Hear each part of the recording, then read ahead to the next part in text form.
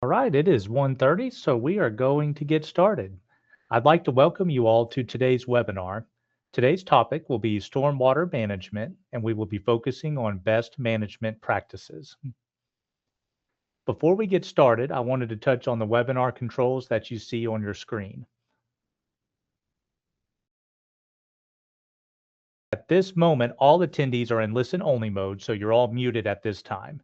The questions pod is where you will type any questions or comments that you have. Feel free to use this at any time, and we will have several points during the presentation where we will stop to address those questions. So feel free again to type those in the questions pod at any time, and we'll get to them at the designated spots as we move along. Finally, under the materials button, you should have one handout, which is a copy of the presentation, and you can click it to download that for future use. My name is Tally Faulkner, and I'll be handling the technical support for today's webinar.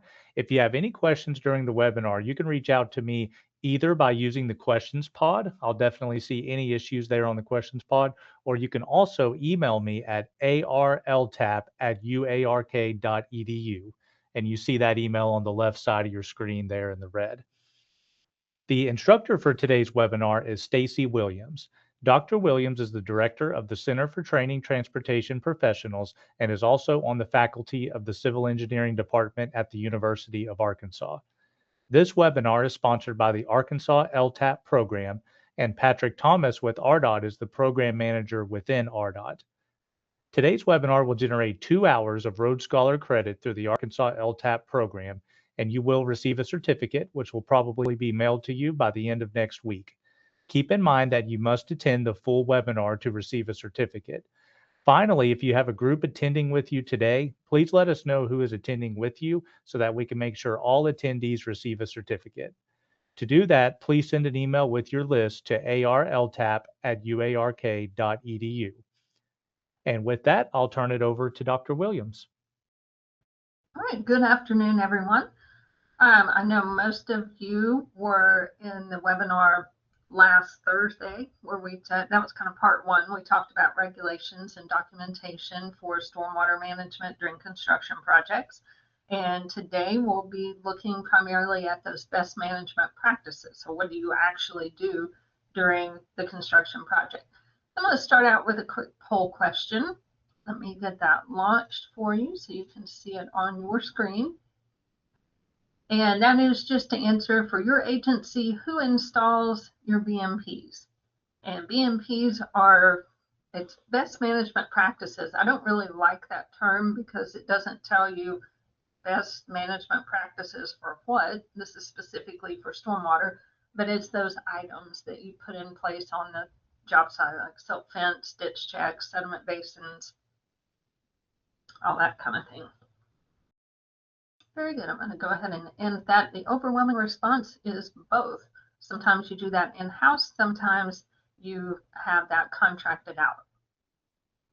Very good. All right, so what we will talk about first are temporary controls. Later today, we'll talk about permanent controls, and the difference is just what happens temporarily during the construction project as opposed to the permanent controls that are going to stay in place for the lifetime of that project. So temporary measures are devices or procedures employed during construction, and we're trying to control erosion and sediment until we can do something more permanent. So we learned last time that it's technically against the law to pollute a water body, which means when we disturb the ground and kind of stir up dirt, so to speak, that's all going to run downhill with water. That's going to end up in a water body, thereby polluting that water body.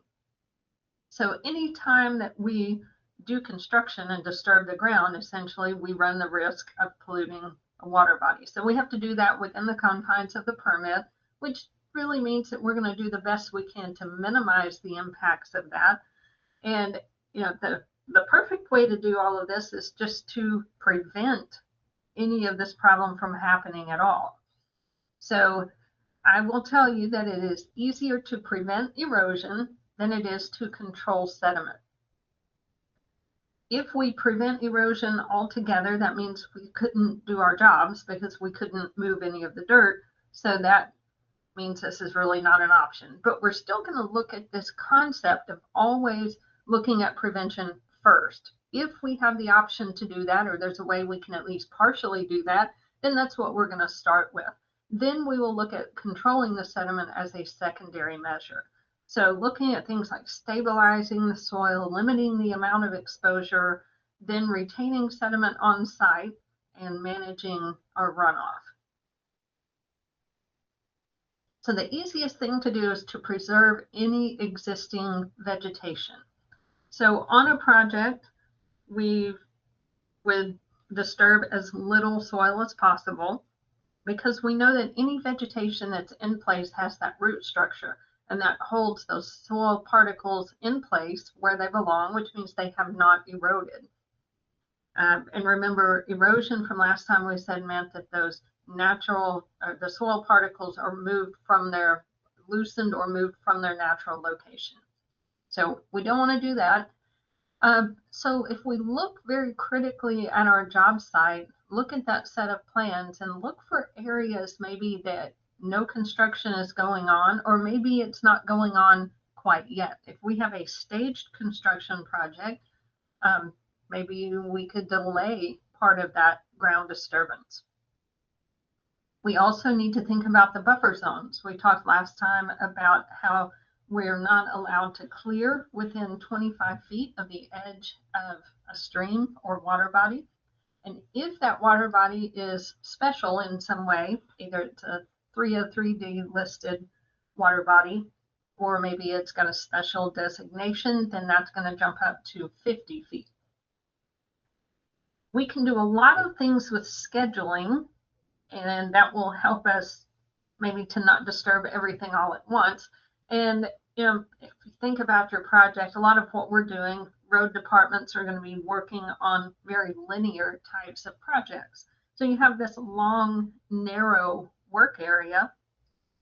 As you look along that work area, it's easy to call in the guys that are going to do all of the clearing and grubbing and say, here's the beginning of the project, here's the end. We have this much right of way, just clear everything, and that way we have maximum space to work with. And you've done, you know, kind of a one and done. They've done their job, they're out of there, that part is finished. However, while that may be the simplest, it also exposes the job site to the most amount of erosion and potential pollution to that water body that you can even have on that job. So specifically look at areas that maybe we're going to work on this end first or that end first. Maybe we work on these two spots. Maybe there are intersections that need to be addressed first, or you know, whatever the case may be. There will be certain spots that require more attention, and you may be in that area for a longer period of time. You typically aren't going to be working on the entire length of roadway all the time. Okay, so let's move on to the next slide.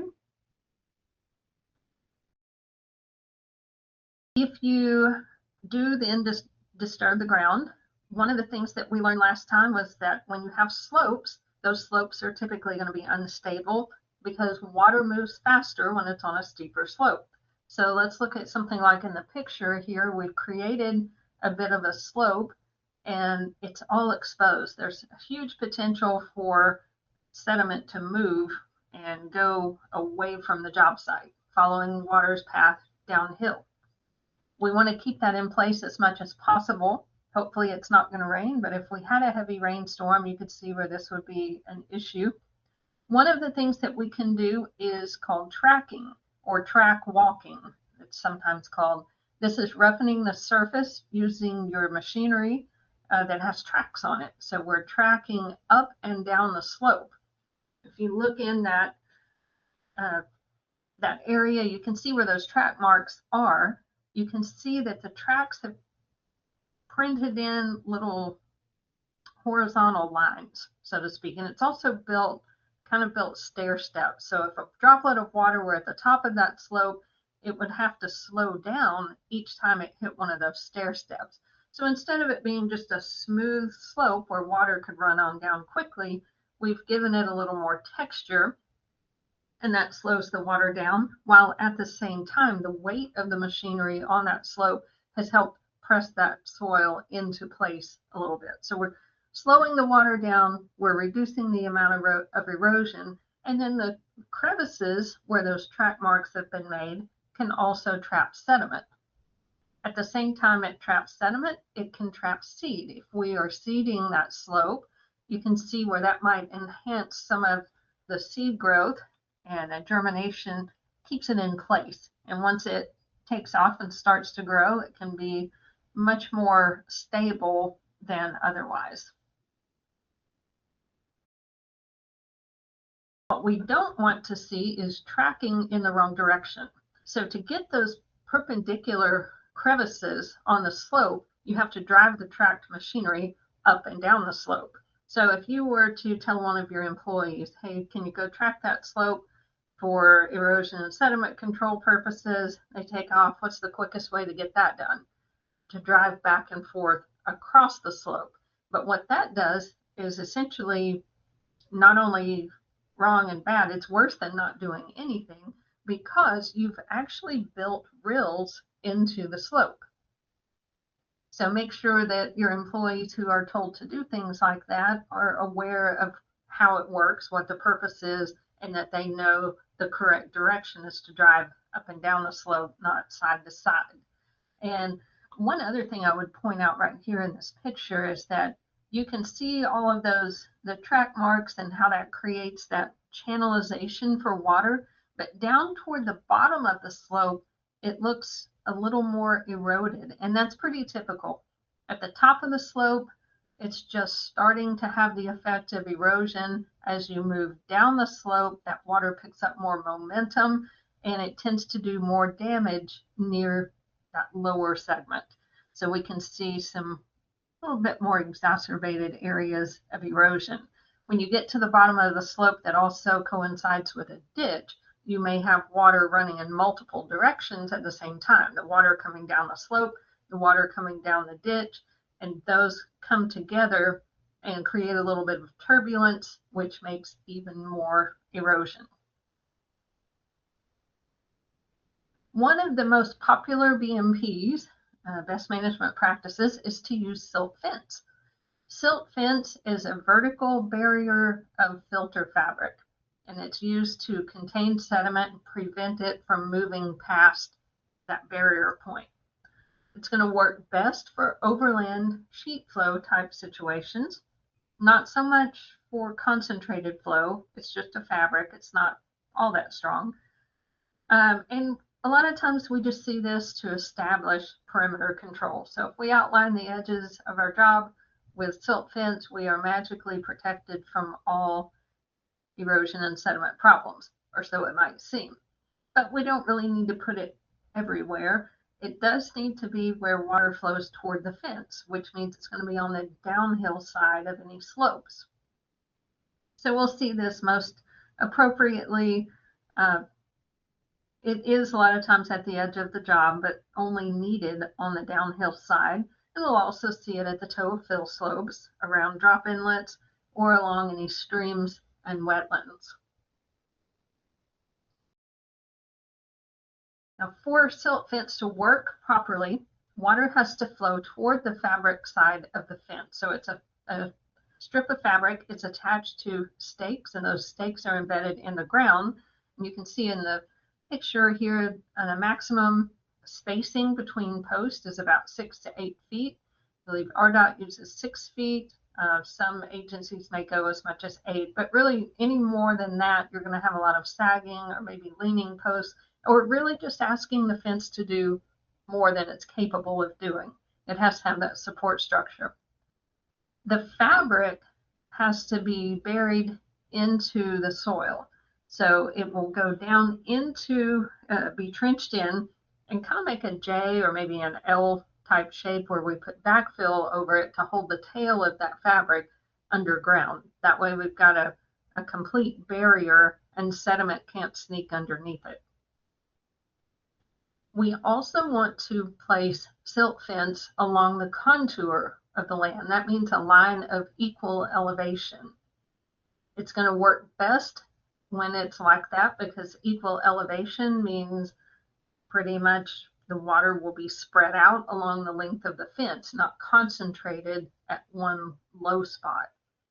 And then at the ends, we want to angle that up the slope to keep water from short circuiting around the edges. Silt fence installation, you can see in the pictures, there are multiple ways to do it. You can dig the trench by hand. You can use some machinery to do that. The fence that's shown in the pictures, a 36-inch fence, we need to bury about 6 inches of that. And recommendation, what I would recommend is, again, is that stakes at a 6-foot maximum spacing. But the picture that right here with this fabric, you can see different lines drawn on the fabric, and those are just different measurements. So as you're placing the fence, it's easy to keep up with how much you've buried underground and so forth. If it's not trenched in, or if things deteriorate over time and it's not well maintained, your silt fence might look something like this. And you can tell, you can see daylight coming underneath the fence. It looks like the posts, or some of them are leaning, and it just doesn't look like it's in good repair. But the main point is that it's not going to catch any sediment.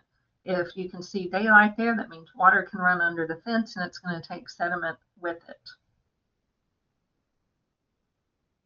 Now, we said that we need to place silt fence along the contour, which means a line of equal elevation. Well, in this situation, we have the fence kind of goes downhill to a low point, and then it turns back uphill. So at that low point, there's a large deposit of sediment. It's actually spilled over the fence, and in the further back in the picture, you can see more of that sediment that's off down in the woods in that low area. Once sediment has left the job site, you really don't have control over it anymore. It's not on public property. It's not on right-of-way where you can actually do anything about it. It's on private land, and you don't have the authority to go there and try to get that sediment back. So we want to make sure that we keep it on right-of-way. So an issue here, we had way too much, but part of what's happening is that all of the water was concentrating at this low point. Silt fence does not handle concentrated flows very well, and we certainly see that evidence. It even looks like they came in and put some intermediate stakes to try to assist with a little bit more support. Still did not work. So lots of sediment that needs to be cleaned up as much as possible. So what could we have done here? Because we said that a lot of our highway, roadway type projects are linear, and if you're in an area where you've got a lot of variability in your topography, there's lots of uphill and downhill, and if your work area follows the line of the roadway, we don't have control over that a lot. So we end up in situations like this, and they are hard to deal with. One of our options would be to think a little harder about what is a line of equal elevation. And if I had installed the fence something more like this red line, instead of it going right down the edge of right-of-way, if I had curved in to maintain that elevation and then gone back over to the line, that's actually a line of equal elevation. And that would have helped serve the purpose not only of having an equal load, distributing that along the fence a little bit better, it also would probably divide that load of sediment in half. So then each section of the fence is only having to handle half as much of that sediment load. Now, it will look a little strange, but it will perform a lot better.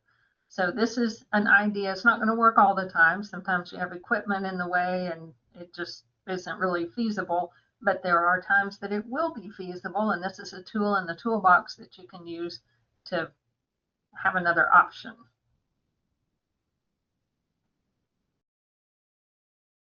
This is another situation we see a lot where silt fence, again, is going down the edge of construction, following that line, maybe the edge of right-of-way. We end up running downhill. In this case, down to the bottom lower left portion of the photo, you can see the silt fence has ended. There's a break in the fence. There's a pipe down here, concrete pipe, and then the fence picks up again. what is happening to all that sediment? And we have lots of loose soil up above. If it rains hard, water's going to run downhill. It's going to take a whole lot of this sediment with it. And we've just opened the gate and allowed anything that runs downhill to pass on through because that fence is not connected. Now, logistics of construction. Let's say we go in and first put in our silt fence, and that was originally closed. But then we have to build the drainage structures before we finish the roadway surface. That makes sense. Drainage structures are going to be typically in the lowest points. They're following the flow line. So that has to be put in place, and then we bring that level of, compact our embankment, bring in those fill sections, and then build up to the level of the roadway. So the order of things has to be that way. And we can't put the pipe in place if the silt fence is in the way. So what happened was they had the fence, they cut the fence to be able to put the pipe in place. The problem is just that they didn't put the fence back when they were finished. So some of it is an ongoing maintenance. And we talked last time about inspection, always looking at the job site to see where have I left this project vulnerable for sediment to escape. Now, the other thing I would point out here is where we have this concrete pipe. That's the flow line. That's the low point. That's where water is going. That actually leads to another low point, which goes even lower off to the left of the picture into a natural stream. So we really kind of have a sensitive area there in that if there were a heavy rainstorm, there's huge potential for sediment to make its way directly into a water body. And that's what we don't want. So what do we do about this? There is a technique called J-hooking where you can take sections of your silt fence and kind of curve out, and then another section with another curve. So if we add silt fence in such a way that it creates at least a short section of following that contour line, I'll catch some sediment. At a little bit lower elevation, I'll catch some more, and then some more. And then, of course, connect it across where that break is, put it back, maybe not right exactly at that location, but do go ahead and connect that. But that way, if you have those shorter sections of the J part of the hook, then you can catch a little at a time, spread out the load, and your silt fence will be able to hopefully handle what's necessary. Now, what can silt fence handle? The more optimally it is put in place, like this, we followed a line of equal elevation. This is a very flat area, but that's a lot of sediment that it was able to catch. Everything is nice and balanced. There are no point sources of concentrated flow, and it's actually holding a ridiculous amount of sediment. The other piece of this is that anytime we have silt fence that's caught a lot of sediment, it really should only be asked to handle about 1/3 of the fence's height. So clean that out when you see that it's filling up. It can only handle so much. Silt fence is typically installed at about 30 inches in height. So you could buy the 36-inch fabric, trench in the bottom 6 inches, and you have that 30 inches of height. If you can follow those dimensions pretty consistently, that works fine. They do make wider fence fabric. So if you feel like you would like to trench in a little bit more, you can buy the wider. Of course, the wider it is, the more expensive it is as well. But that means if you have 30 inches in height of the fabric, and about 1/3 of that is all it needs to be filled up. If you have more than about 10 inches of sediment buildup at the edge of the fence, that's a good indication that it's time to clean that out and make sure the fence is restored, still in good repair, and can continue to function. Another time that we might see silt fence used is kind of as a secondary measure for stream protection. In this picture, we have a natural stream, and then we have an area, you can tell some sediments in there, and the silt fence is holding on to it pretty well. Right behind the stakes, we also have some larger rock. place to reinforce that. So if we have, I'm going to call that the messy area over there on the left, we do not want that sediment to come in contact with our natural stream. So silt fence probably would work, might work, we don't know, but we want to make extra sure. So we come up with a plan B to add a second level of protection because we do have a water body so close to the work area. And that's definitely within our 25-foot buffer zone, which means for this particular project, there was a valid reason which was justified in the stormwater pollution prevention plan. All right, another one of the most common BMPs is ditch checks. And these are just temporary barriers. They can be constructed of rock, sandbags, wattles, triangular silt dikes, lots of different things. But it's something that's going to create a dam along a concentrated flow channel.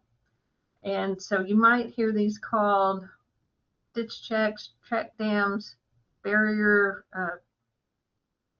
There are all variations of the words ditch checks, barriers, dams, and so on. But that's all kind of the same thing. So the purpose of this is to place it across the channel. So we know that water will be flowing in that channel. That has a flow line and it's going to have a downhill. And so we want to slow that down and take the energy away from the water and from any sediment that it's carrying. The other thing is that by doing that, we slow the water down. When it slows down, those larger particles are going to be able to settle out of suspension. They won't be carried forward anymore. So the slower we can make it go, the more we're going to trap that sediment behind this check dam. We can never put one of these in a live stream because we are changing flow characteristics. So that's kind of a tricky thing. Seems clear cut. This is a ditch. It's man-made. It's not a natural live stream. A live stream might be easy to identify, but a lot of times there is a little piece of a connector here or there, or a flow path or channel that carries from a roadside ditch over to a natural stream. If that ditch was man-made, then if it's a roadside ditch that you formed specifically, that's definitely not a live stream. Anything leading directly to a live stream, or that is obviously a live stream, we don't want to put ditch checks there. We might put a ditch check just at an area to keep water from that roadside ditch from moving away and on out that way. We're keeping sediment. And then you see how it's formed. You'll have water that builds up behind it, and then it can overflow. So just keep in mind, ADEQ does not want to ever see one of these in a live stream, and that definition can be a little bit of a gray area sometimes. So typically we will keep the ditch checks right there at the roadside ditch or immediately adjacent. For the ditch checks to function correctly, we need to have them installed properly. So for these to work, we need to have a 6-inch notch in the top, and that's going to define our flow line and keep water right where we want it to go. So we're going to put this down the fore slope and then up the back slope of the ditch, making sure that there's a notch in the middle of about 6 inches or more. More is great. Make sure that the side slopes extend far enough up that water doesn't try to short circuit around. When you're piling rocks in a ditch, sometimes the shape is not as pretty as we would like. And if we leave any lumps there on the end, or the ends don't go far enough up, when water starts to fill up behind that check dam, it may choose to squirt around the edges rather than following that flow line. So having the notch and those sides extended really work together. You do need enough material to reinforce the toe, because as water moves toward the ditch check, it's going to slow down, stop, and then once it fills up, it will spill over the low point. And once it spills over, it's a little bit turbulent, or could be, and that sometimes creates some scour. So reinforcing that prevents that issue. Make sure that you use appropriate size material. And that's kind of a judgment call. It depends on the area that you're working in, how steep the ditch is, how fast the water's moving, how much water you expect. Larger rock is going to be stronger. Now, in the last slide, we said that ditch checks can be made out of lots of different things. So let's say that you had put in a sandbag ditch check. That worked okay. And then you got a bigger rainfall and it did not work. So, okay, well, rock is going to be stronger than sandbags. Larger rock is going to be smaller or stronger than smaller rock. So keep in mind, kind of look around in the area and having an idea if someone in your road department is familiar with the area and knows what to expect. That type of experience goes a long way in guessing how much oomph your ditch checks need to have. Ditch checks should be designed to handle a drainage area of no more than 10 acres. So if you have a lot of uphills and all of your construction is happening in the downhill area, you might have a whole lot of water convening in that concentrated flow path. It's going to be hard for your ditch checks to withstand all of that.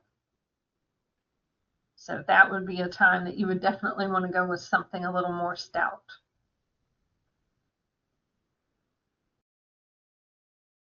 So here we have a picture. You can see these are sandbag ditch checks and they're spaced pretty closely together. It is going downhill, it's not super steep, but in concept, one of the things about the spacing is that we need the toe of the first ditch check, the uphill one, to not be any higher than the tip top of the next one down. So point A to point B should create a level line. And the line between that defines the capacity behind that downhill ditch check. So if you have a nice flat slope, a long ditch line that's fairly flat, your distance between A and B can be fairly long. But if you have a steeper slope, you can tell that those ditch checks are going to have to be spaced more closely together. Ditch checks do tend to blow out from time to time, so inspect, especially after rainfall. Since they are in ditches, ditches are water bodies, they're also concentrated conveyors of water. Check those areas. A large rainfall will tend to create some issues.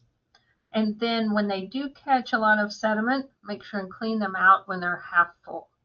Now for silt fence, we said clean it out when it's a third of the way full. Pretty much everything else is fill it out or clean it out when it's halfway full. Here's one that is at capacity for sure, but it's done a good job. It's a sandbag ditch check. It's in a relatively wide level area, and you can see it's done a great job of catching a large amount of sediment. However, if it rains tonight, what's going to happen? We really don't have any capacity left for it to continue doing its job. So that would need to be cleaned out and ready to go for the next rain event.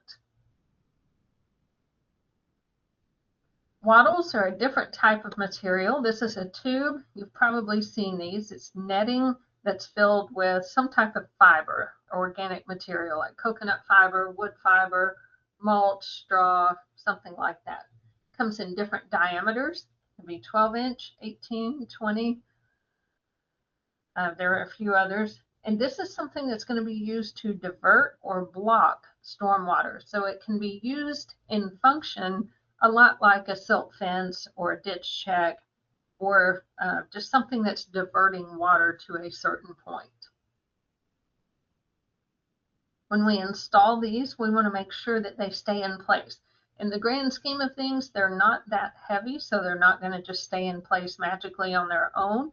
Water can get up underneath them, which means sediment can go with it.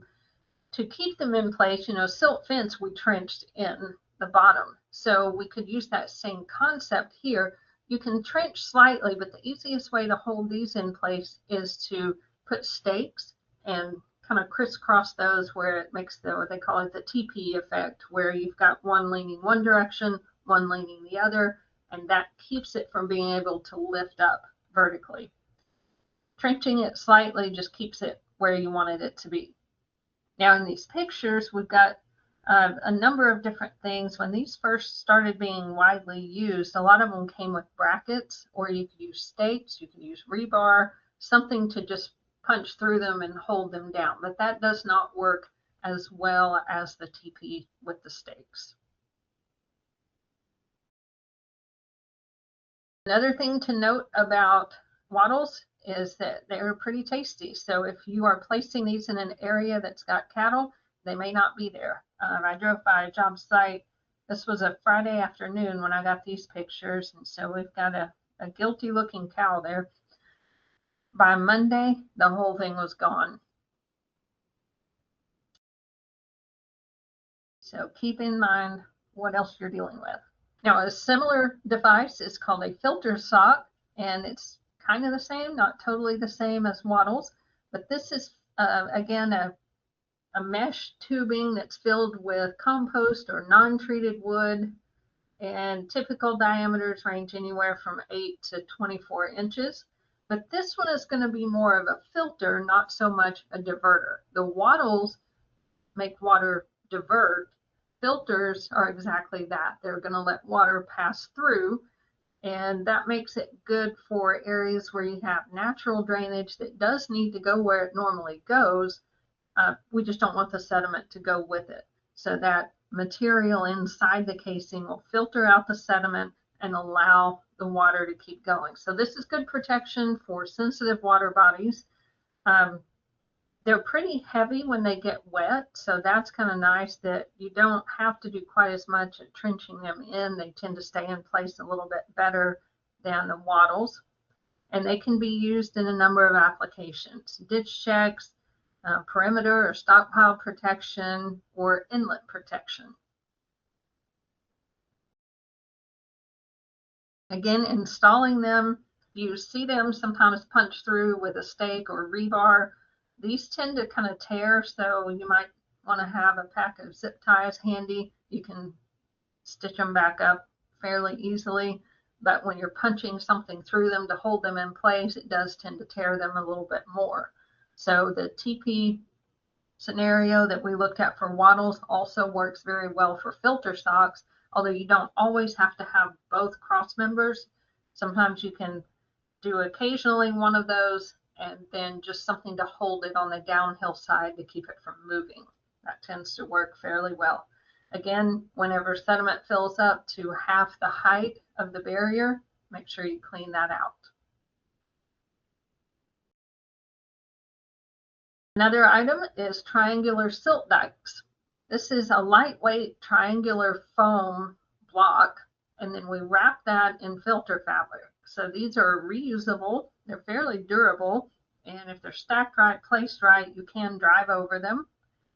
They can be used for ditch checks, diversion ridges, drop inlet silt fence, temporary slope drains. There's all kinds of configurations that these can be formulated to. Here's an example of using them as a ditch check. You can see how you place one segment and then another segment so you can force that low point in the middle, and the whole thing is wrapped with the filter fabric. The one in the background is quite a bit longer than the one in the foreground. So one caution I would mention with this, just because of the shape and how much flexibility you have with forming that shape, it's possible that water could short circuit around the edge of this one in the front, whereas the one in the background, I don't think there's much of a chance that water would short circuit around there. These can also be used on hard pavement. So let's say that you had a paved median and you're doing some work where some sediment might be traveling. You can stick these down. You can use like bituminous materials, basically asphalt tar, and kind of glue them down and make an apron to be able to catch the flow. And then in soil situations, it would be like staples, pins, that kind of thing. And depending on the manufacturer, they're going to have a recommended way to install them. All right, are there any questions so far? Yes, we have had one question come through. And yes, if you guys have any questions either now or as we move along here, please feel free to get those posted in the questions pod and we'll get to them. The question that I have is, how do you measure the buffer zone and do you have to mark it? Okay, good question. The buffer zone is basically from the top of the bank back to whatever that distance is. For regular water bodies, it would be 25 feet. So you're measuring from uh, basically the point at which when water fills up, if it's no longer contained within that stream and it starts to spill out, that's your top of the bank, you're going to measure 25 feet back from that. It does not have to be marked. It should be marked on the plans usually, but it's not something that you have to, put flagging or anything up there unless you feel like that's a good communication tool with any of the workers who will be out there. Some of your crew members that might be doing the clearing that need to have a visual of how far they're allowed to clear. It's actually a pretty good idea. It's just not absolutely required. Anything else? All right. I believe that that is everything that we have at the moment. Very good. All right, next we will look at inlet and outlet protection. So inlets are places where water goes in. Outlets are the places where water goes out. So we're thinking about a cross pipe. On one side of the road, you might have water entering. On the other side, water is exiting. And we're going to see some potential problems on both ends of that pipe. On the inlet side, let's say we've placed a brand new pipe, we're building up for our pavement structure. On the inlet side, water can go in, and we want it to go in because we want to move that water away from the pavement structure. The problem is during construction, we've probably made a mess and we're going to have material getting into that inlet. So we don't want sediment moving through and continuing on downhill. We also don't want sediment to plug up our brand new pipe that we just placed. So any of our drainage structures, storm sewers, boxes, whatever it may be, you don't want to have a lot of sediment in that, especially when it's brand new. Now on the outlet side, you've got that flow line. So you have water that's going to come out, and water trickling into the inlet is probably moving at a different speed than what it will move inside that pipe. So let's say it's a concrete pipe or maybe a corrugated metal pipe. Those all have different levels of friction, but our whole purpose there long term is to be able to take the water in and move it away from the roadway. What that's effectively doing for us right now during construction is concentrating water that may contain sediment. Concentrating it probably makes it move faster, and if it's a smoother surface like that concrete pipe, that's going to move a little faster than having to trickle over dirt, rocks, and vegetation. So it's also picking up velocity, which means when it comes out the end of the pipe, there's potential for scour. So right there at that flow line. And then also for outlets, a lot of times we see erosion above that pipe. So we'll look at some pictures of that. So our goal here at the outlet is to remove any sediment, because where's the water going now? It's going to continue going downhill, and it's probably moving further and further away from our construction area. So this is kind of our last chance to catch any of that sediment to keep it from moving on downhill.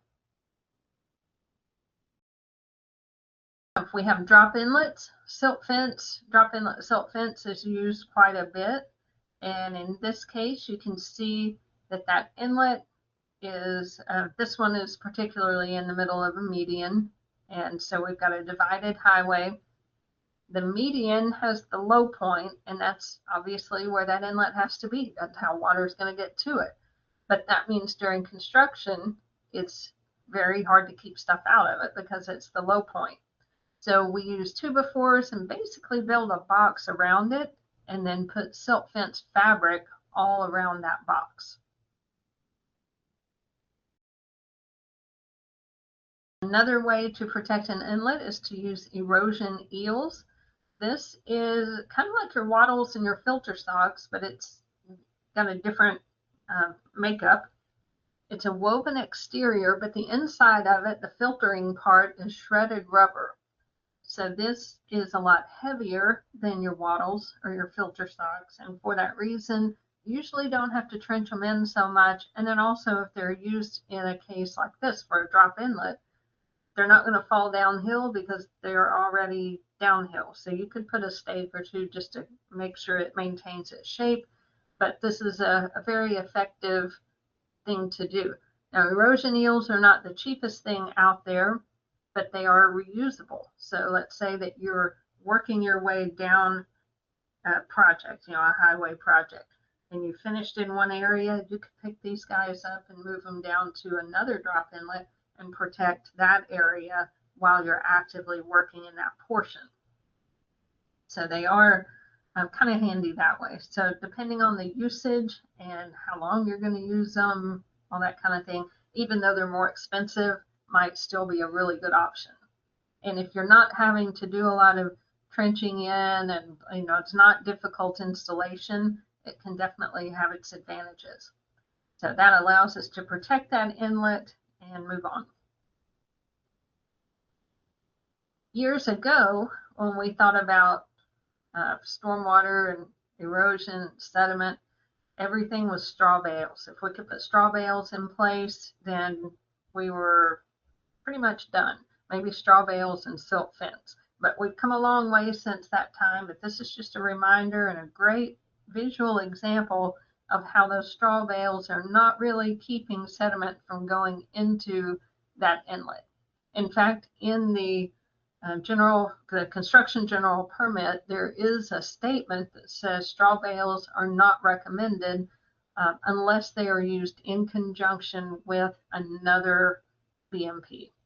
So we should never see this used all by itself to protect a specific point. In this case, it's an inlet silt fence, drop inlet silt fence could be put there, and then straw bales just as an extra. We could put eels.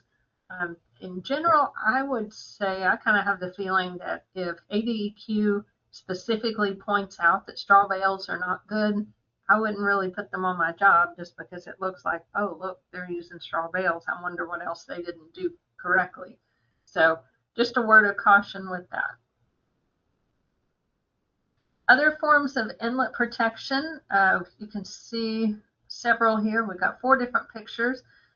The top left, we've got an inlet here, a section with curb and gutter, and then we've got our inlet, and we've got some rock piled there. Rock is a great product. We're already using it for a lot of other things, so it's generally easy to get. It's very useful, and it serves as a filter to capture sediment. Now, we don't want the rock falling down into that inlet, but if you look closely, you can tell that there are some cinder blocks stacked, and those cinder blocks are actually wrapped in wire mesh. So that's keeping our filter rock from falling through those openings. So that's a pretty inexpensive way to make that work.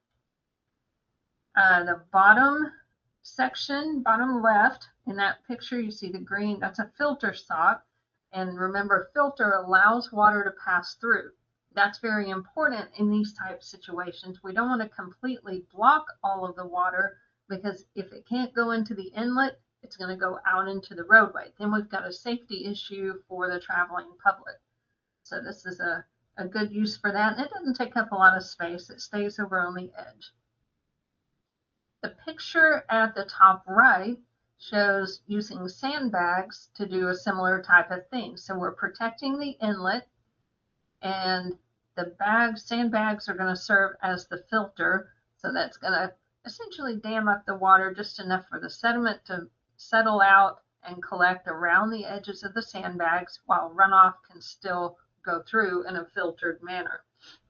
My word of caution on this scenario is it's pretty easy to do, but think about how much space it takes up. Do you have enough roadway width or shoulder width that you can afford to take up this kind of space.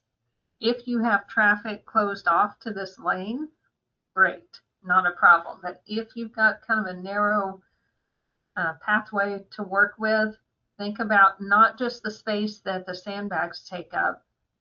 Think about what happens when we also have sediment, and then when we also have water that's slowed down and waiting to filter through those sandbags. Are we going to create a ponding issue that's going to then be a safety problem for that roadway? And then at the bottom right, this is an inlet, not really impacted by traffic so much, but this is the inlet of a cross pipe, and just using materials already available on site, got some rock and built a little dam. This allows the rock to catch any sediment before it goes into that inlet, but it will allow water to filter through a little bit and then also spill over to go through the inlet. On the other end of the pipe, we see a number of different issues. One of those is scour. So you can tell that here we've lost a lot of material under the end of the pipe, or the pipe was too long to begin with, but that wasn't it. It's actually just scoured. And so we've had all of that erosion at the outlet of the pipe, and that's undermining the placement of the pipe. The other thing to watch is if the inlet protection doesn't work, the outlet has to also handle any sediment that might make it through that pipe. If we do a good job with inlet protection, we don't have to do so much at the outlet other than protecting for scour. Now in this picture, you can see a lot of large rocks. Those were piled at the outlet, and they theoretically should have done a great job of protecting that outlet, both preventing scour and also catching any sediment that made it through. However, a very large rainstorm, water is extremely powerful, blew all of that out. So now we not only have our rock that has rolled downhill and it's against a silt fence down here, we've got just a free pathway for sediment and water to be headed downhill. The good thing is that there was silt fence at the edge of the work area. So at edge of right of way, we've got a second, kind of a backup plan there. The rock should have also been secondary. So I would say let's look upstream and go to the inlet on the other side of the road, see what's happening there. Why was so much coming through that pipe? And it was so much that, you know, we had some things happen. And that's Mother Nature. That does happen. So we just have to figure out how to fix it, make it better the next time. Another item is diversion ditches and berms. We use these a lot of times to specifically divert water to or away from a particular area. We can use it to collect clean water and divert that away from an area that's disturbed, or we can use it to collect water in a disturbed area that's already got a lot of sediment and make sure that it doesn't go somewhere that we don't want it to go. This is the standard drawing, the detail drawing for a diversion ditch that's included in lots of the RDOT plans. You'll see that the intended depth is 1.5 feet. That's a minimum. So we have water flow coming in from the right side of the slide. And then what we've dug out to create the ditch, we've compacted next to that and made a berm. So that's going to increase our capacity. And that's where that 1.5 feet has to be. And then that compacted soil needs to be at least 2 feet wide. So that's going to give us another barrier where we're able to direct the water, make it go where we want it to go. We could use this above the slope, and there was sort of an attempt made here at the top. There's not a real formal ditch, but in this situation, you can see how there would be a lot of water coming from uphill and then running downhill toward my work area. as it runs toward the work area, the water coming from the field is theoretically clean. So I don't want it to impact the work area at all. I want to catch it, run it somewhere else, but I don't want it coming in contact with a disturbed slope. So at the top of the slope, I would like to have a more a formally shaped diversion ditch to catch that. And you also see we're trying to get vegetation to grow here. We've had to put in some erosion control matting, blankets, that type of thing, because we can't get the vegetation to take root because there's too much erosion happening. So it's carrying the seeds away as well. But a properly formed diversion ditch would help keep that from happening. We can also use this type of thing across the middle of slopes. And here's an example where there are multiple diversion ditches at 3 different points up on that slope. So a droplet of water that falls at the top and runs all the way to the bottom, if there's no break there, it's just going to pick up speed, momentum, energy, and have the potential to do more damage. But if we put in multiple slope breaks across that slope, we're kind of stair-stepping it. Like, okay, you can move this far, and then I'm going to slow you down.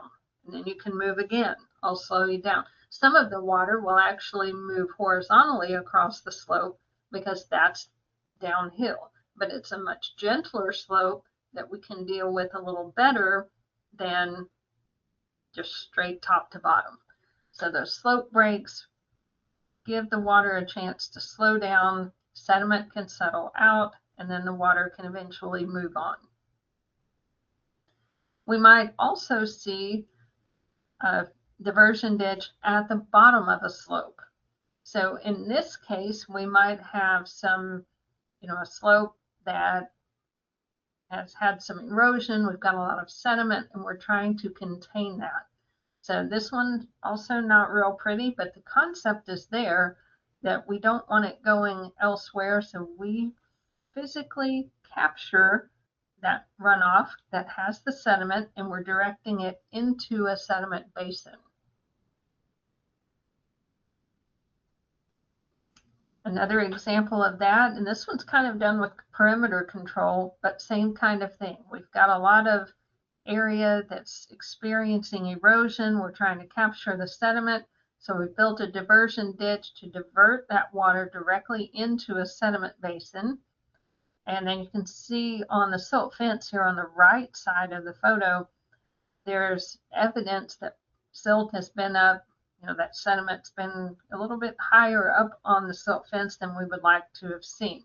So we've got a couple of things at play here. We've got the diversion ditch to keep the water where we want it. We're capturing the sediment. If that overflows, we also have the silt fence to catch any extra.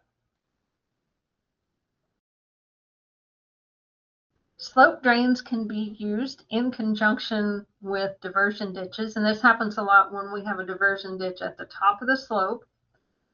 Particularly like this situation, there's just a field at the top. That would be clean water running toward the work area, but that whole slope is being rebuilt, redressed, and we've got to get water downhill somewhere, but I really don't want that to happen while that slope is exposed.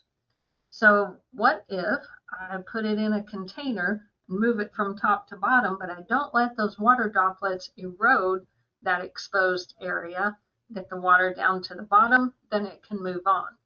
So confining and transporting that surface water from one elevation down to another, and that's almost always we'll see on an unprotected slope. Here's another example. In this one, the work area is actually at the top. So we've got another consideration. The water that goes into the top of the slope drain is not going to be so clean. So it's going to contain sediment. But again, I'm trying to get the slope stabilized. So I've got vegetation growing. During that period of time, I've got to keep water off of it so it doesn't wash my seeds away. So I'm going to collect water in here at the top of the slope, let it run down the slope and come out the end of the pipe. The but that's not going to be clean water this time. This is going to be sediment-laden water. So you can see that the pipe leads it directly into kind of a holding area. I would call that a sediment trap. It's catching the dirty water, but when it holds it, that little basin or tub that's holding it, the velocity of the water now essentially goes to zero, which allows the sediment to fall out. And then clean water can go over the rock that's protecting it. At the same time, you can see rock ditch checks all along the flow line of that ditch. So that's where the water that does spill over hopefully would be fairly clean, moves down. We've still got rock ditch checks to catch any sediment that did spill over. So you see that sequence of do what we can here, do some more here, and we continue to have a backup plan because of the potential for sediment to continue moving. At the bottom of slope drains, we need to have some type of outlet protection. This is a pipe, so there is an inlet, there is an outlet. At the outlet, we can expect there to be some erosion. You can see over in the left side of this picture, there's kind of a little bare streak right there where water has been going. Putting rock in place should help alleviate that. And then sediment basins. These are getting more and more popular. This is basically a water storage area. Think of it as a bathtub that we're going to excavate to form kind of like a rectangular shaped pond, and then place an earthen embankment across a low area or a drainage swale. And again, what happens is that we're going to run dirty water into this holding tank. The velocity is basically zero at that point. When the water is not moving, the sediment's not going anywhere. So we've contained it. That basin is going to hold on to it, and then it will separate. Clear water will be at the top, sediment goes to the bottom. So as it fills up, then we have a protected outlet where clean water can move on. Sediment basins do need to be designed. There are lots of different options for them though. Some of the classic, more typical type is that flow comes in one side, on the short side, and then we've got a length that has to be at least twice the width. That is to give the water enough residence time that before it makes its way to the exit, hopefully that sediment has fallen out of suspension. So if we don't make our sediment basins long enough, there won't be time necessarily for that to happen. Sediment basins need to have enough depth to contain the amount of water expected. So that needs to be somewhere between 3.5 feet and 5 feet deep. So this is a pretty good size storage container, if you want to think of it that way. If you have a lot of water that drains here, you have a lot of sediment, then you may need to think about something more specially designed. There are all types of options. There are some that, well, for highway projects, roadway type projects, these long, narrow sediment basins tend to work pretty well because that will fit in, in the confines of the construction area. But for, say, just a construction site, maybe it's a commercial development, it's not a long, skinny job site, it's more of a square or whatever shape. There are all kinds of fancy ones that you can put baffles in and have it run kind of a zigzag back and forth so that it has to continue and have a long enough residence time for the sediment to fall out to the bottom of that basin. Those are obviously more difficult to construct, but if you're really pinned in on space, it could work pretty well.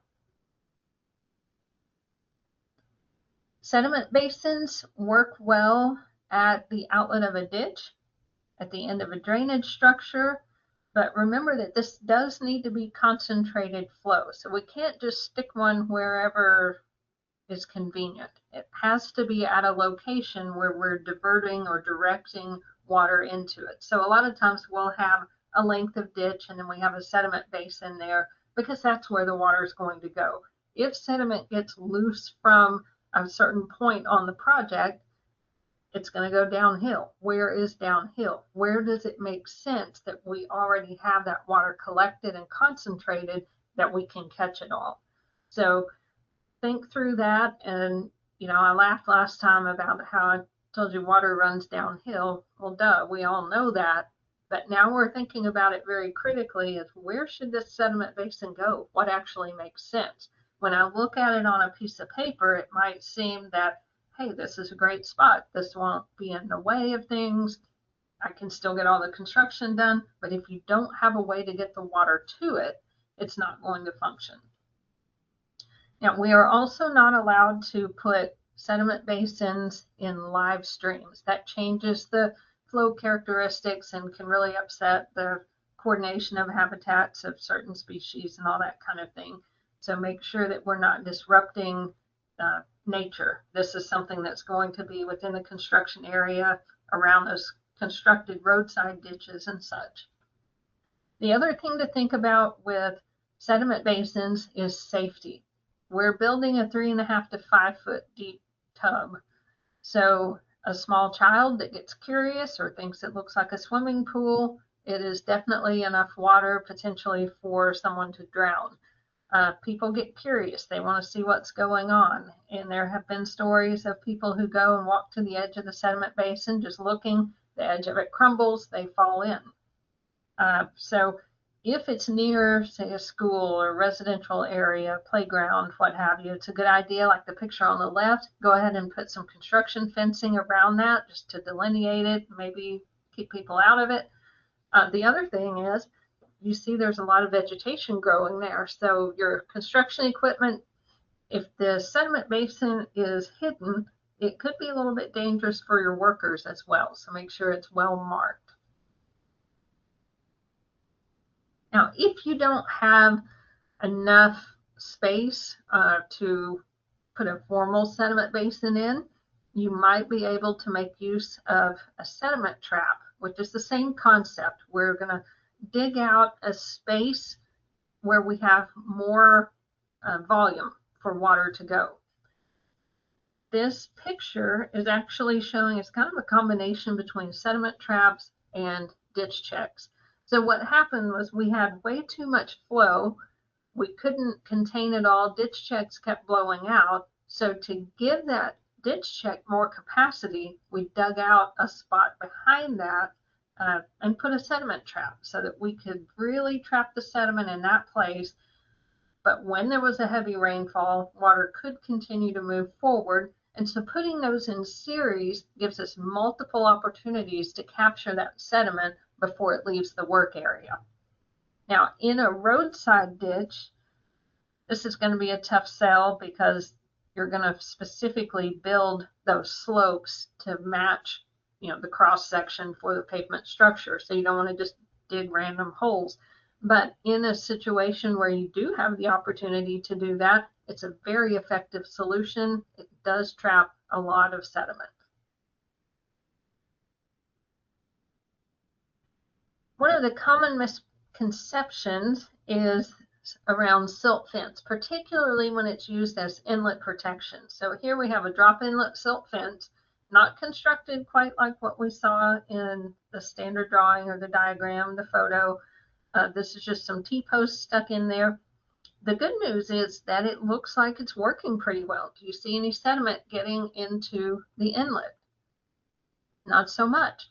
I don't see any water getting in there either. So from that aspect, I would say, hey, this is working great. The problem is the water is not moving. We want to trap the sediment, but we generally want the water to continue moving, just not so fast that it does damage. But if you have a lot of standing water in a situation like this and it's right next to the roadway, keep in mind what that is doing to your pavement structure. We've got a lot of moisture. We probably are softening the subgrade. So if that subgrade doesn't get good compaction, anything we build on top of it also is not going to get good compaction.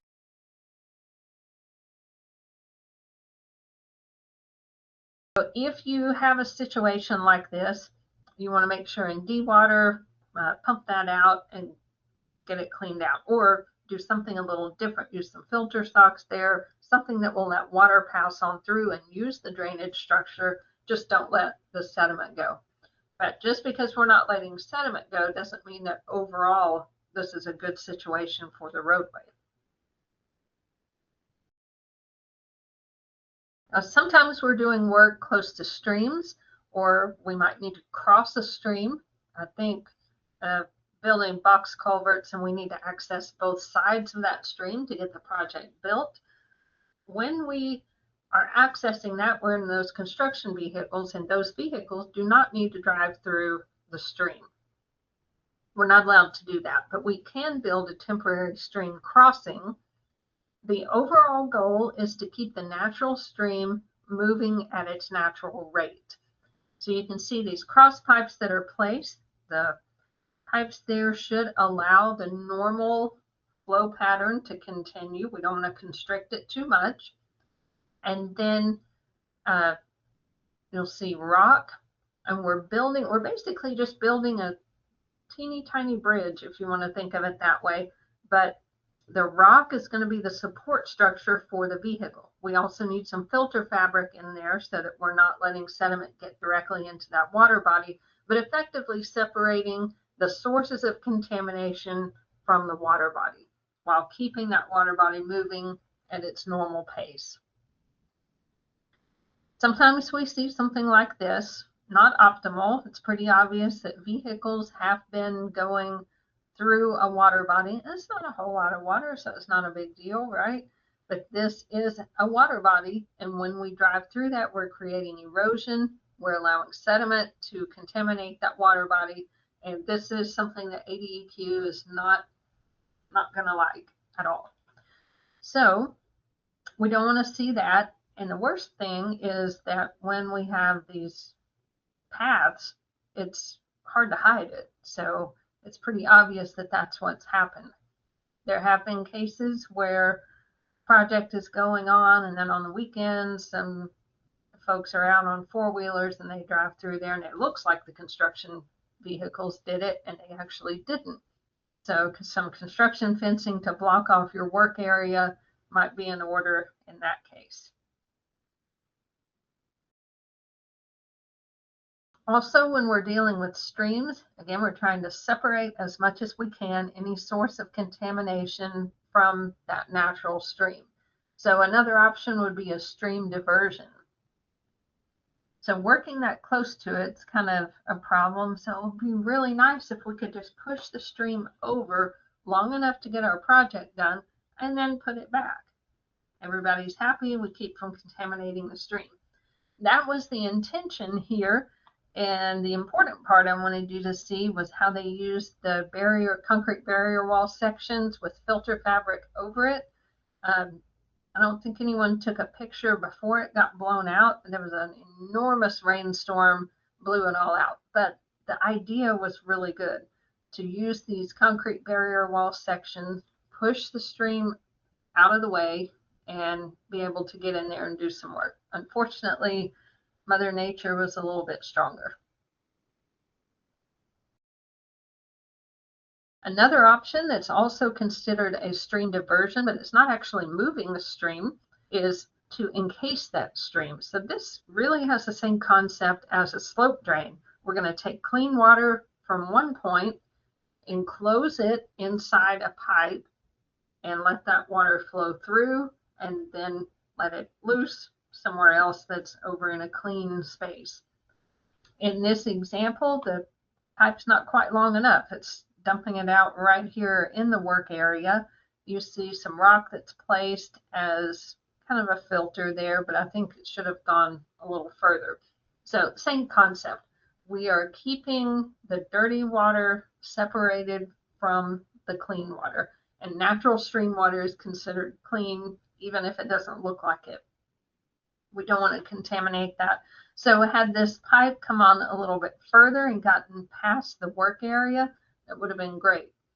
You do have to temper that with how are we going to get vehicles to both sides of that, and the logistics of doing all the things that need to be done.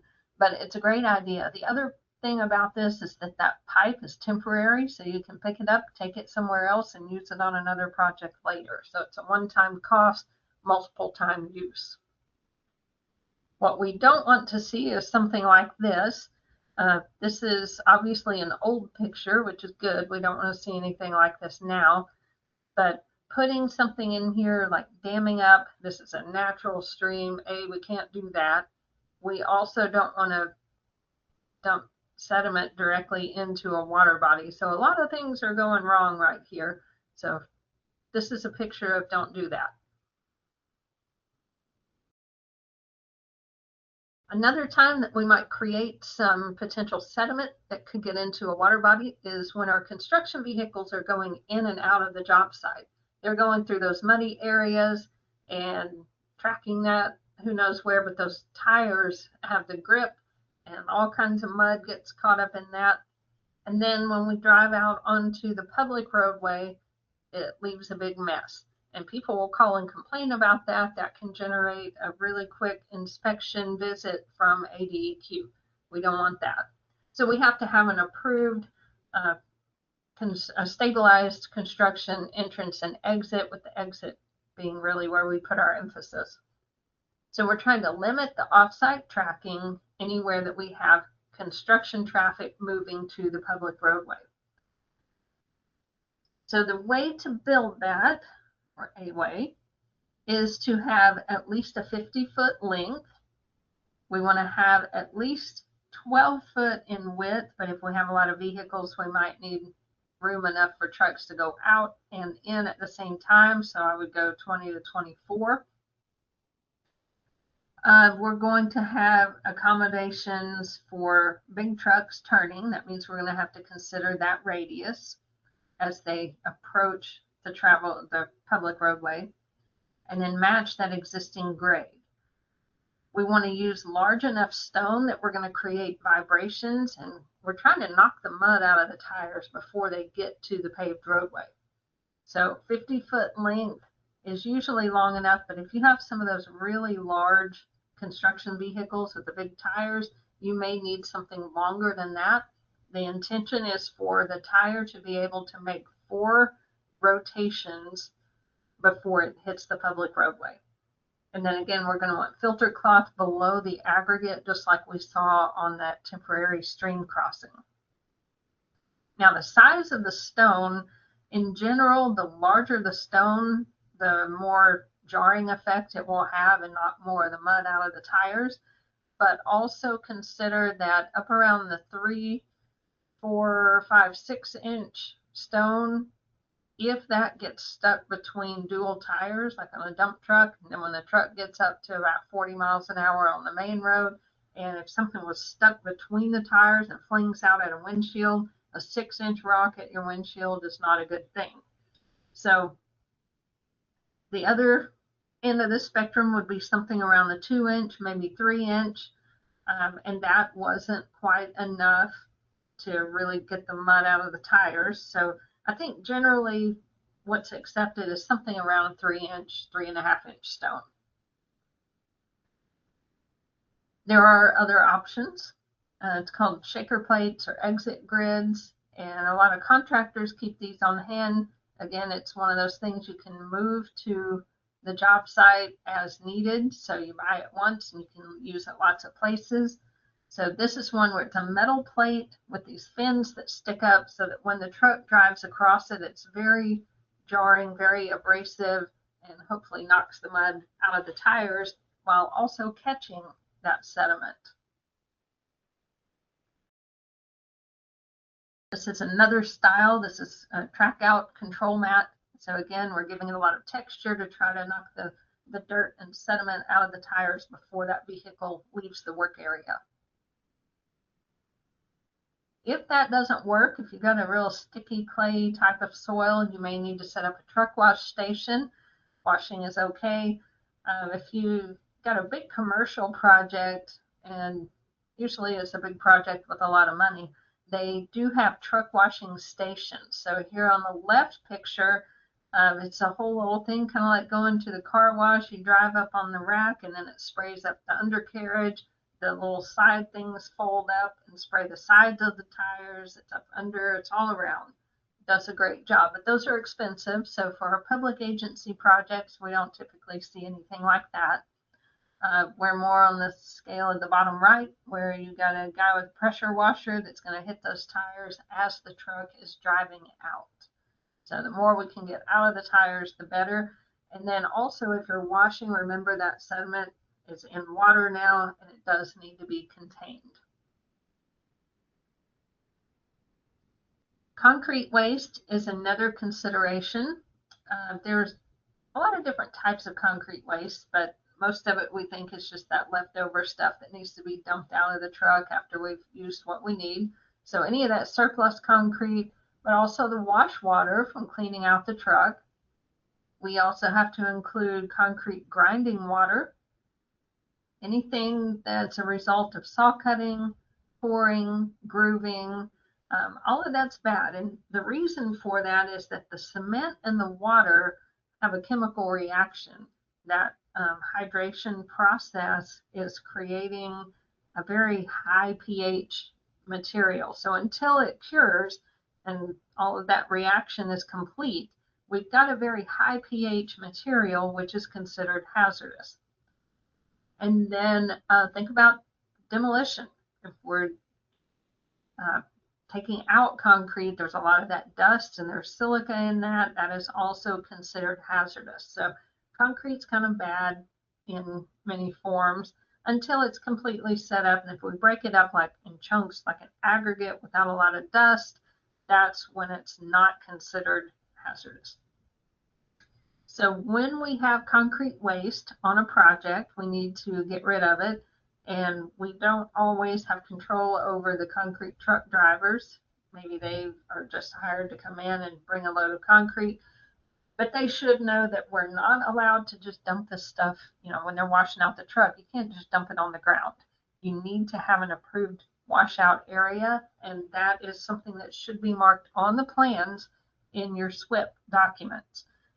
But does the concrete truck driver know that? So we probably need to make sure that that's not only designated on the plans, but also putting up a sign to let them know when they're on site, this is where your concrete waste goes. Now, those approved areas cannot be within 50 feet of a water body. That includes storm drains, any type of inlet, as well as open drainage areas. Washout facilities will need to be, again, formally thought through. You can do this a number of different ways. Most of the time it's like what you'll see is on the bottom right picture.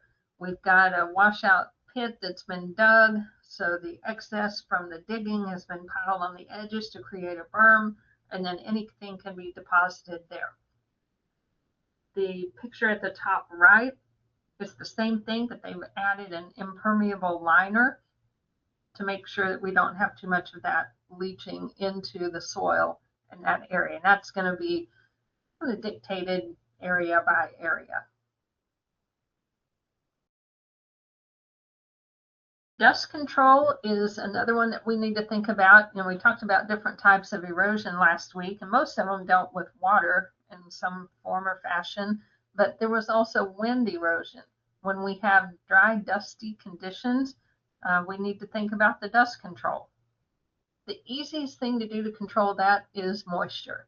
So a water truck, that moisture will make the soil particles stick together, make them heavier. They don't fly around as easily. We can also apply mulch or vegetative cover, and there are adhesives that you can get. So there are a lot of companies that will sell stuff to like unpaved roads in counties. They have a lot of dust, and there are adhesives and a lot of chemicals that you can spray on that to try to reduce the amount of dust on those roadways. There's been some attempt that I know of to sell that during construction, but unless you just really have a bad problem, usually during a construction project, the simplest thing to do is just water it down. So keep some moisture on it. That generally will take care of it. All right, any questions? We have had one that's came through, and it's are straw bales not recommended just for inlet protection or not at all? Not at all. So specifically what I showed in the picture was inlet protection, and you could see how it wasn't working, but straw bales really are not recommended at all unless, like I said earlier, they're in conjunction with something else. So if that's your backup plan, really you can't depend on it that much, but it's maybe a little bit of filtering that could happen in addition to something else. But I would not place that with the hopes of it really doing its job, because it's been proven to not do its job. All right. Well, that is everything that we have for now. Very good. All right, next I want to move on and talk about permanent controls. And these are best management practices for long-term stability. So things that will stay in place, once construction is finished, everything's cleaned up and you're out of there. These are the things that will continue to function long-term. Things like vegetative cover, slope design, riprap, channel linings, culverts, under drains, all that stuff. Anything that's intended to work with or handle how water interacts with the area. Now, vegetative cover is the most popular by far because it's very effective in terms of erosion control. And if you think about it, before you went in and dug things up to build a road, what was there before? Probably some form of vegetation, and it was doing a great job of helping prevent erosion. So we want to put that back.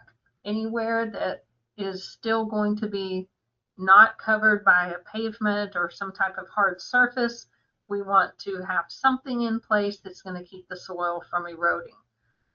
Seed is cheap. In the grand scheme of things, it is the most effective and cheapest thing. So we see it and it looks nice. A nice green grassy slope is pretty. Sometimes wildflowers might be mixed in. Lots of things that just make it look nice and natural. When we put seeding, if it's permanent, then we have to make sure that it's going to grow. So what was there before? What soil type was there before? Is this going to do just as well? Well, we have to make sure that everything is stable, and by definition, that means that the seed that we place at the end of the job has to achieve at least 80% density based on native vegetation. So what that means is it's got to be 80% as good as it was before. Now, what could inhibit that? Well, sometimes when we do construction, we strip off all of the topsoil and we bring in a different type of soil that's better for building an embankment or better for roadway structure, different from topsoil. So if we go back in with the same type of vegetation, we're asking that vegetation to grow in a different type of soil. Sometimes it will, but sometimes we struggle with that. One of the recommendations of ADEQ is that when you strip that topsoil, that you stockpile it somewhere in case you need to bring some of that back in to help facilitate that seed growth. Now, how do you know if you have 80% density compared to native vegetation? And well, there's not a real simple test for that. You want it to look pretty much as good as it was before. But what if you didn't have really good coverage before? Well, it only has to be 80% as good as it was before. So if you're on the beach, there's no grass on the beach, it's all sand. So if you built a road there, you would have to vegetate that, make it 80% as good as it was before, but there wasn't anything before, so you're fine for the same thing now. It's just those changes when we change the type of seed or we change the type of soil and things don't do as well, that can kind of trip us up. But there are things that we can do to make the seed more viable. Mulching, and make sure you pay attention to your annuals and your perennials. During construction, we might provide some seeding to stabilize a slope for a period of time. Maybe we're going to winterize a project and then come back in spring and continue work. We only need it to grow 1 year, so that would be an annual type of a plant. but perennials will grow back each year. Make sure for your permanent seeding that you are specifying perennials and verifying that that's what actually gets placed. We do have to water it to make sure that it works. And then I've already mentioned the deal with the topsoil. Keep that in mind if you have issues. Now the picture at the bottom left is hydro seeding, and that has that characteristic kind of a blue-green look to it, like the dye that's in it. That helps you see where this has been sprayed. So hydro seeding is going to spray that across the slope, and that color differentiation is going to help you know that you've got even coverage. And it's typically going to be specified at a certain rate, so many pounds of seed per area. And then on top of that, you can put mulch, and mulch will help hold the seed in place. The picture at the very bottom right looks like that gooey stuff. That's a tackifier, so it's an adhesive that will help glue the seed to the slope. So that's part of the coloring that you see in the hydro seeding. Sometimes we do all of those things and it doesn't work, so we have to do something a little bit more. We can use blankets and matting. These will be rolled erosion control products, RECP, and usually this is going to be for a specific application. We wouldn't do an entire job with this stuff unless there was just really something critical going on. But typically what will happen is we will seed the slope and then we'll watch and see what spots don't take. So the picture that we saw earlier, there were a few spots and up here where it looked like a hint of a diversion ditch had existed. Wherever there was a low spot, that created a concentration of water, which then ran down the slope, preventing those seeds from staying in place. Wherever that happens, then we came in and put some additional erosion control matting. And a lot of jobs, state level jobs, are going to have some quantity of this rolled erosion control products.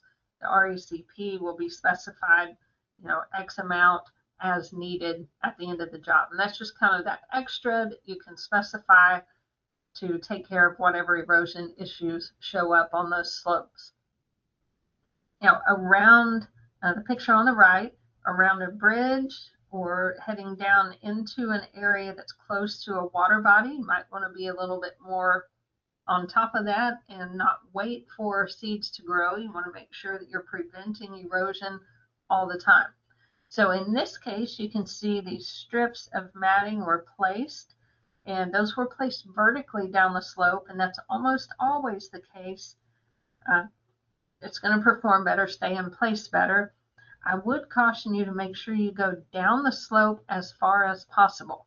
Remember when we looked at the track walking that was done incorrectly, and we had those rills and we saw that there was more erosion at the bottom of the slope? The same thing is true here.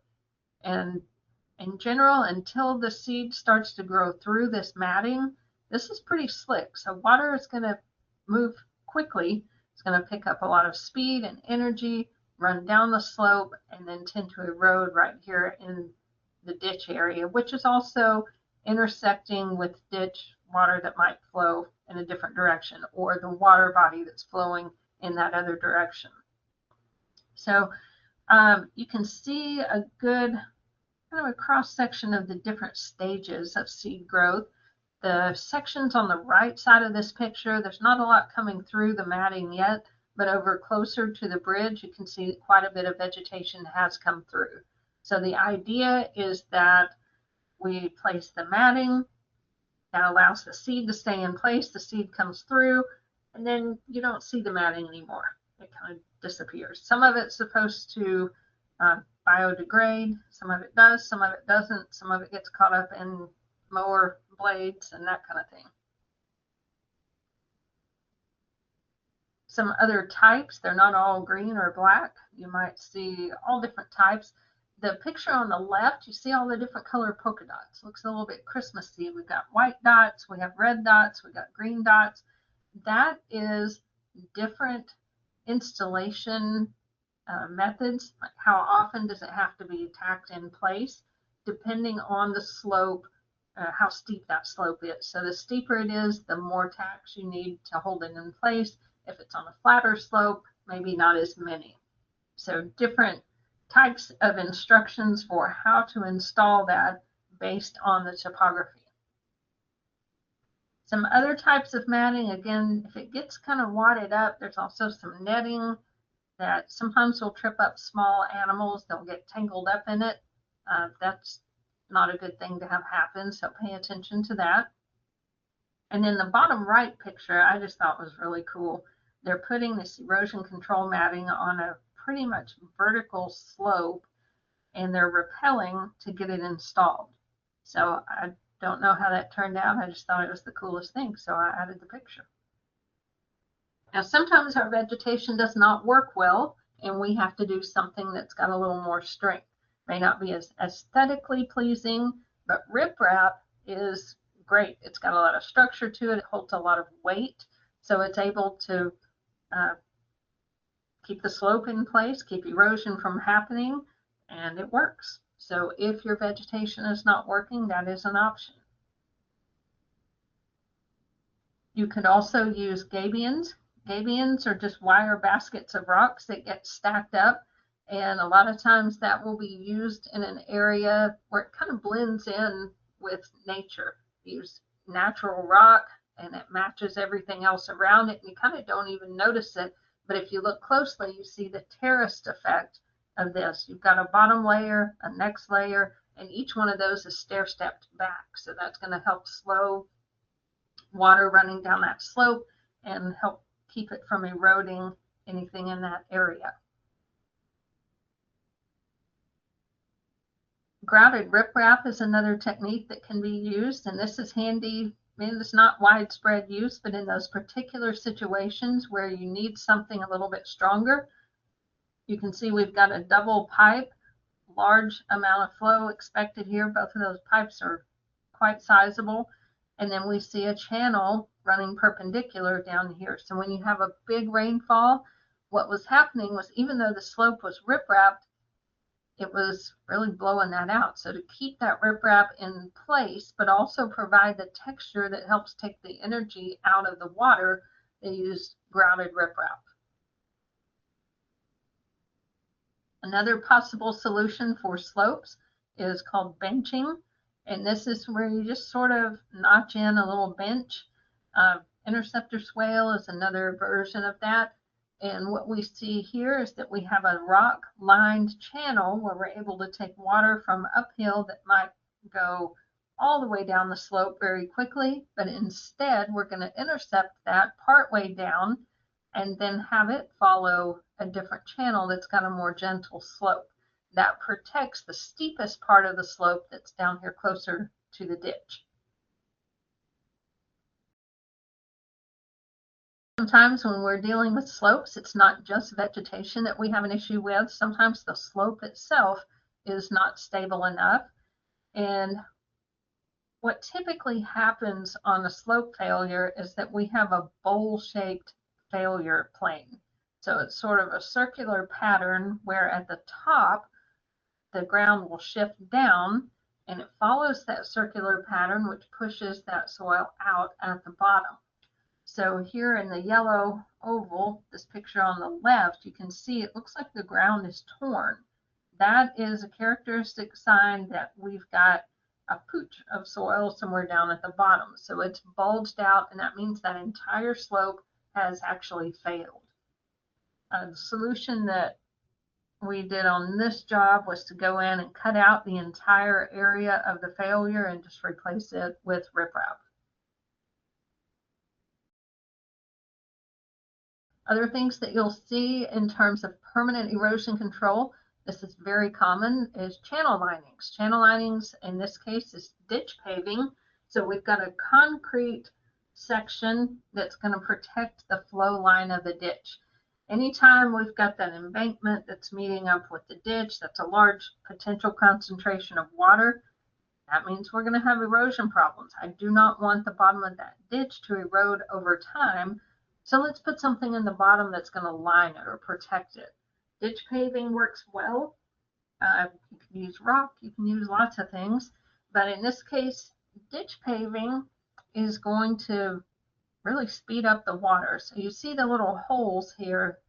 These notches are openings where vegetation can come through. So over time, weeds, grass, whatever it is, will kind of grow up through that spot, and that will give it a little bit of texture, while the concrete is going to be substantial enough to keep itself in that flow line.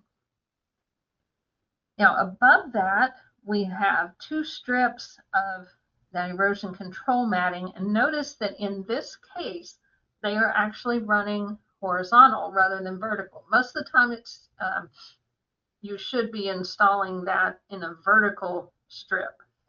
But in this case, we've got good vegetation up above.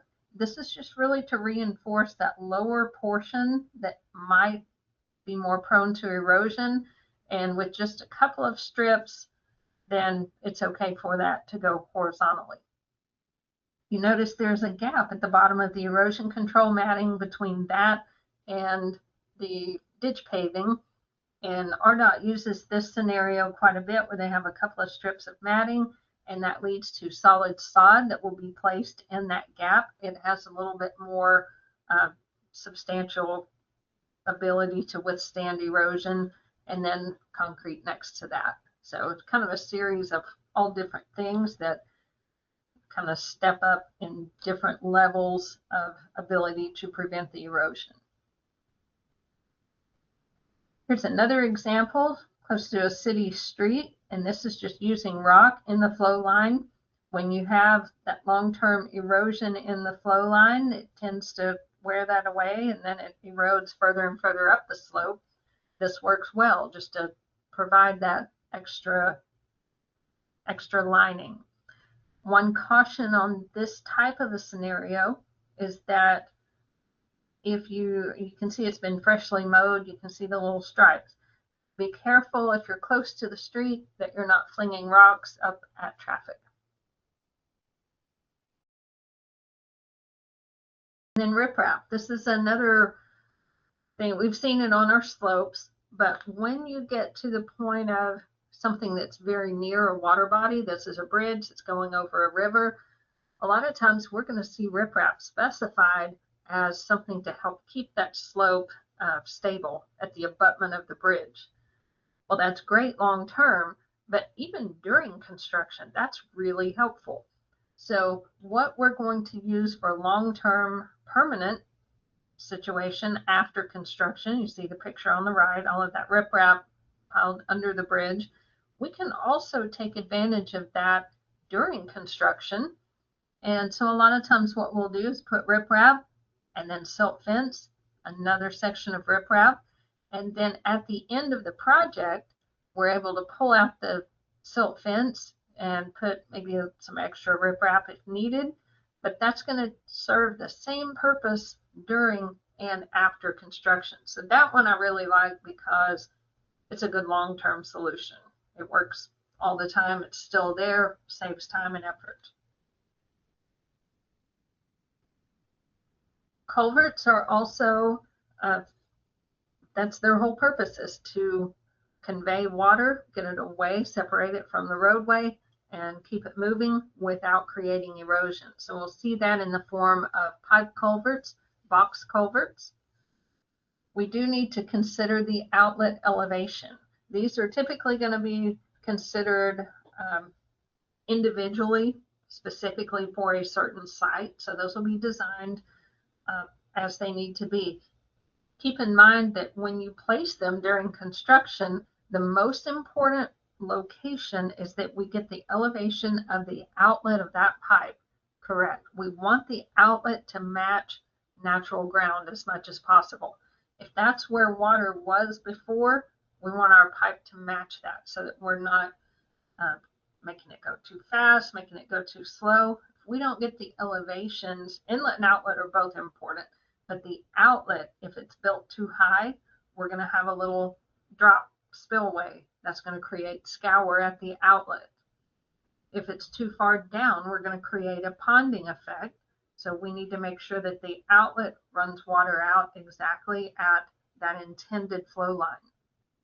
And then at the inlet, it needs to have just enough slope to keep water moving at its normal pace. We don't want to tilt it up really steep and make water go really fast through that pipe, but keeping it moving at a good pace is important.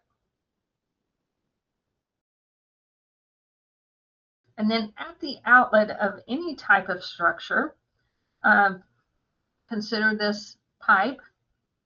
We've got a lot of erosion, not just at the flow line. There's a lot of vegetation here, so not the greatest picture, but you can see some rock that's piled here at the outlet of the pipe.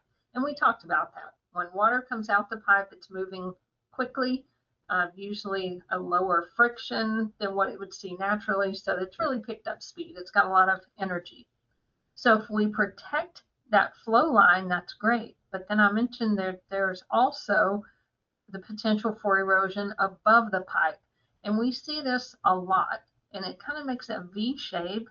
It's very characteristic that we have something come in on the left side from above down to that flow line. Same thing on the right side. So we've got rock piled on top, we've got rock at the bottom, but we kind of missed wrapping the rest of it. And that's a nice permanent control to have in place. A similar type of thing might be right here. This is a multiple box section. Heavy rainstorm, water filling way up, and we ended up having a lot of scour right here. Well, there was lots of riprap. It was very well protected around the bank, just not up around the sides. And behind wing walls, you'll see a lot of erosion. If you look around a lot of county roads and that type of thing, look at your boxes and look behind the wing walls. This is very typical that we'll see some erosion. So when you're placing that riprap, go ahead and wrap that all the way around, protect all the way to the top of that outlet. This is the kind of thing we see a lot of. So that erosion at the outlet, make sure that you're keeping an eye on that. Not to mention that we've got a lot of debris in that box. Now, how do we keep debris out of it, or why does so much get in it? Well, looking at string gradient is important because at the inlet of a box, and engineers design boxes to be squares because we like squares and they're easy. So let's look over here at the right side. We've got a box and that's placed pretty normally, but the stream gradient is what's the natural slope of the channel bottom. So if the channel is moving down at a certain pace, water flows at its pace, and then it hits something that has a flat spot, it's going to slow down. It no longer has that gravity pull. It's going to slow down. What happens when it slows down? Anything in suspension in the water falls out of suspension. So then the water moves along, but it's dropped its sediment and its debris here in the box, and then it moves on out, and then it usually ends up with a little bit of scour. There's a plunge pool there, so the velocity of the water is really variable. It's one speed, it slows down in the box, it speeds up quite a bit out of the box, and then it kind of levels out back to where it was. A better design that might be more sustainable is to match the flow line or that gradient inside the box.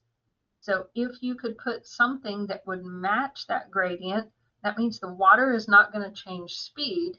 It's going to continue to carry whatever it carries naturally and not have that debris deposited in the bottom of your box. That would be a better scenario.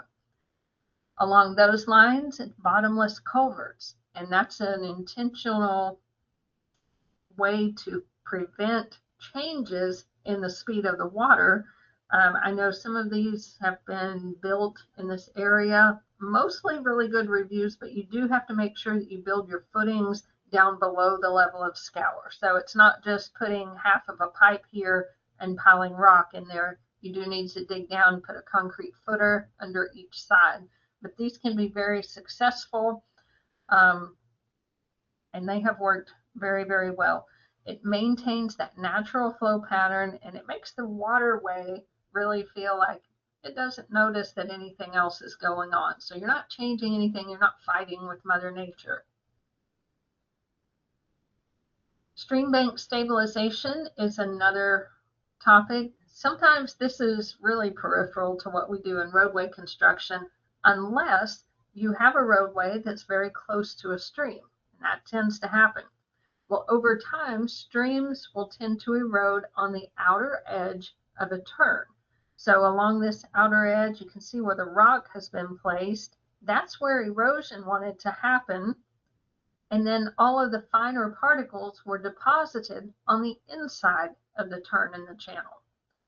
Very common, very typical, but over time, that's why channels tend to move. They erode some of the soil, they move a little bit further outside the edge of that turn. When that encroaches on a pavement structure, now you have a much bigger problem. So stabilizing the edges of that stream bank can be very proactive in preventing future problems for your roadway structure. And then the picture on the right, this is a man-made channel. You can see that there's an entry from the left side of the picture where another drainage channel that's got a lining. But what I would like to point out to you in this picture, and I think it's a great idea, is that the rock at the bottom of the slope is much larger than the rock that was placed near the top of the slope. That's because at the bottom of the slope, we see greater speeds of water. It does more damage, more erosion. So we have a bigger rock that's going to be able to counteract that. If that larger rock is more expensive, do you have to use it everywhere? Nope, we can get away with some of your smaller rock at the top of the slope. So being creative to use what you need exactly where you need it can save you a bit of money. All right, any questions? It looks like we do not have any questions at this time. All right, good deal. Well, I have some situation inspection things to look at. So I'm going to talk through these just quickly before we run out of time. Here we have an outlet of the pipe. You can see the green arrow that shows where the water is going, and we see a lot of erosion. And we have erosion in the flow line underneath, kind of undermining the support at the bottom of that pipe, but also that characteristic V shape where we're losing a lot of material. We are definitely not keeping a lot of stability there on that slope.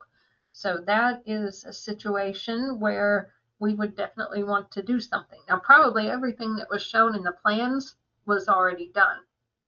But then we go through our inspection and we say, you know, this is not working out so well. So what do I need to do? Should I cut off the pipe? Nope, I think we need to redress that. But I would recommend placing some riprap at the bottom as well as all the way around the end of that pipe. So we need to protect it. And then we would need to do some slope stability here on the right.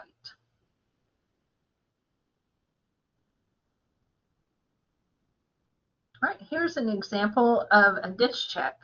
So from the perspective of doing an inspection, we see that water is moving in from the top left side of the picture, moving toward the right, toward that ditch check.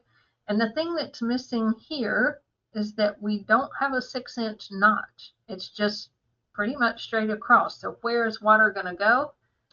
Probably going to short circuit around the edges and create erosion in a completely different pattern.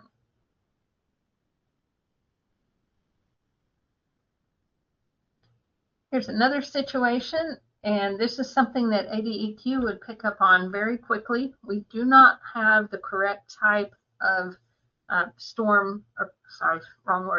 of the construction exit. So we should have something that's got a lot of large rock to prevent trucks from taking all of that sediment in their tires and tracking that onto the main roadway. Now that is typically called track out, which is not the same thing as tracking or track walking, but similar terms. So what we need here is we need some filter fabric. We need rock on top of that. It needs to be at least 50 foot in length. It needs to be at least 12 feet wide.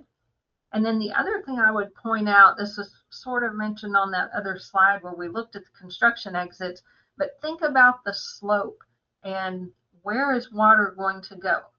We've got a low area here by this ditch, but sometimes we will see these construction areas that go downhill all the way to the edge of pavement.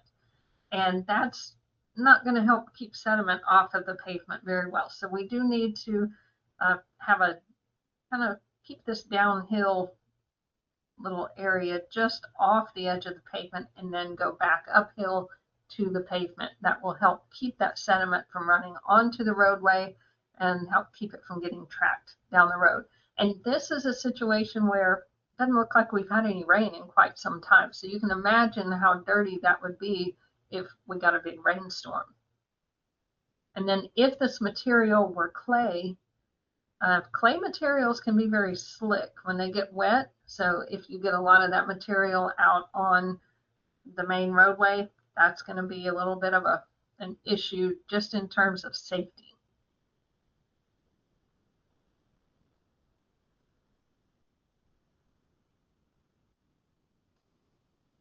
All right, so this next one, we've got several things going on here. We've got a slope, we've got some vegetation starting to green up there, but seeding and mulching has been done.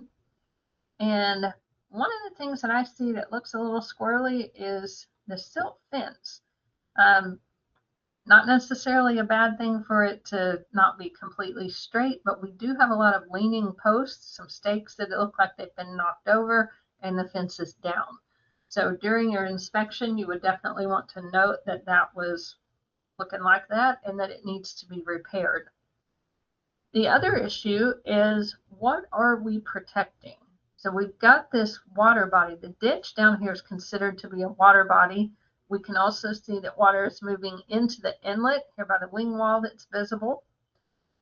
The silt fence to me looks like it's on the wrong side of the ditch.